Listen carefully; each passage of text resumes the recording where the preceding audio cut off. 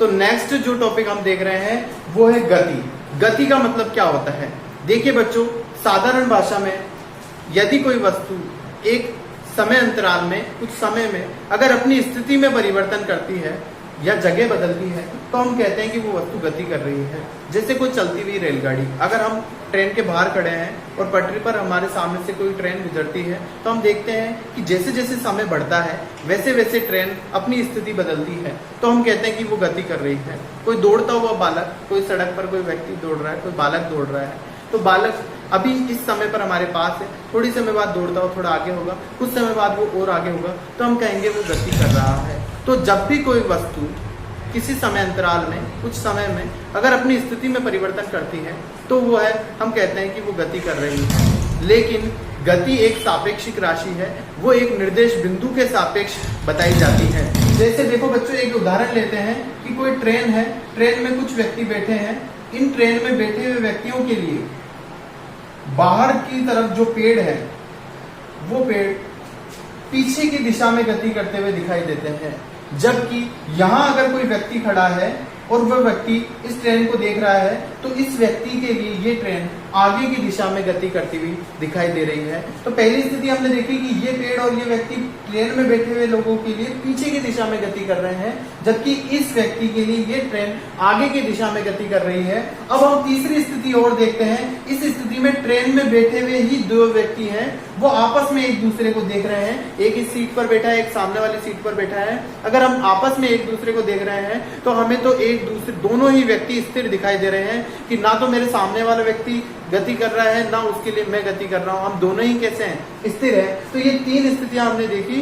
तीनों स्थितियों के अंदर हमें एक व्यक्ति दूसरे व्यक्ति को जब देख रहा है तो किसी को तो गति का एहसास हो रहा है, और हो भी रहा है तो किसी को आगे की दिशा में हो रहा है, इसको पीछे की दिशा में हो रहा है। कोई व्यक्ति ऐसे हैं जिनको गति का एहसास ही नहीं हो रहा है, वो स्थिर अवस्था में है। तो इसका मतलब गति जो है सापेक्षिक राशि है। गति को हमेशा एक निश्चित बिंदु के सापेक्ष बताया जाए कि इस ट्रेन के लिए ये व्यक्ति पीछे की दिशा में गति कर रहा है, इस व्यक्ति के लिए ये ट्रेन आगे की दिशा में गति कर रही है, या इस व्यक्ति के लिए इसके सामने वाला व्यक्ति रुका हुआ है, या इस व्यक्ति के लिए ये वाला व्यक्ति रुका हुआ है। तो हमें बताना पड़ेगा हम गति जो है किस बिंदु के सापेक्ष बता रहे हैं। जैसे कि अगर कार गति करती हुई दिखाई देगी, अगर निश्चित समय में अपना स्थान बदलेगी तो हम कह देंगे कि ये कार गति कर रही है। लेकिन बताओ बच्चों, यहाँ पर मैं इस बोर्ड के सामने यहाँ पर खड़ा हूँ और मैं बिल्कुल एकदम रुका हुआ हूँ, तो क्या मैं गति कर रहा हूँ? तो साधारणतः तो हम यही कहेंगे कि अगर मैं यहाँ इस स्थान पर रुका हुआ हूँ तो मैं गति नहीं कर रहा हूँ। लेकिन सोचो बच्चों, हम सभी पृथ्वी के ऊपर हैं। ये अगर पृथ्वी है, इसके ऊपर हम यहाँ पर खड़े हैं। अगर हम इस जगह खड़े हैं और हम सोच रहे हैं कि हम तो रुके हुए हैं, हम कहीं भी गति नहीं कर रहे, तो हम अगर रुके हुए हैं तो क्या पृथ्वी थोड़ी रुकी? पृथ्वी तो v वेग से गोल घूम रही है। तो पृथ्वी जब घूम रही है तो हम भी पृथ्वी के इस जगह पर गोल गोल घूमेंगे। पृथ्वी जब गोल गोल घूमेगी तो हम भी तो पृथ्वी के गोल गोल घूमेंगे। तो अगर कोई अंतरिक्ष में यहां से अगर कोई व्यक्ति हमें देखे तो उस व्यक्ति के लिए हम रुके हुए होने के बावजूद भी v वेग से वृत्ताकार पथ में क्या कर रहे हैं? गति कर रहे हैं। इसलिए हम जब रुके हुए प्रतीत हो रहे हैं उस स्थिति में भी हम नहीं कह सकते कि हम रुके हुए हैं। हम किसके लिए रुके हुए हैं? कि वो सभी व्यक्ति जो पृथ्वी पर खड़े हैं उन सब के लिए हम कैसे हैं? रुके हुए हैं। लेकिन अगर कोई व्यक्ति हमें पृथ्वी के बाहर से देखता है तो उसके लिए तो हम भी गतिशील अवस्था में हैं।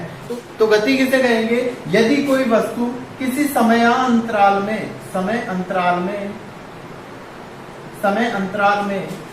किसी निर्देश बिंदु के सापेक्ष अपनी स्थिति में परिवर्तन करती है, तो हम कहेंगे कि वो वस्तु जो है इस निर्देश बिंदु के सापेक्ष गति कर रही है। अब देखिए बच्चों, गति जो होती है वो तीन प्रकार की होती है।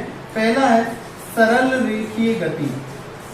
जब भी कोई वस्तु एक रेखा की दिशा में गति करती है, मान लो इस दिशा में गति कर रही है, तो इसे हम कहेंगे सरल रेखीय गति। एक निश्चित रेखा में गति हो रही है, इसे हम सरल रेखीय गति कहेंगे। जैसे सीधी चलने वाली ट्रेन की गति। अगर ट्रेन एक निश्चित पथ पर सीधी लाइन पर चलती है, सीधी है पटरियां, उस पर चल रही है, तो हम उसे कहेंगे सरल रेखीय गति। एक धागा बंधा हुआ है, उस धागे पर कोई चींटी चल रही है, तो हम कहेंगे सरल रेखीय गति, क्योंकि ये भी एक निश्चित रेखा में होने वाली गति है, जिसे हम सरल रेखीय गति कहेंगे। दूसरी है वृत्ताकार गति।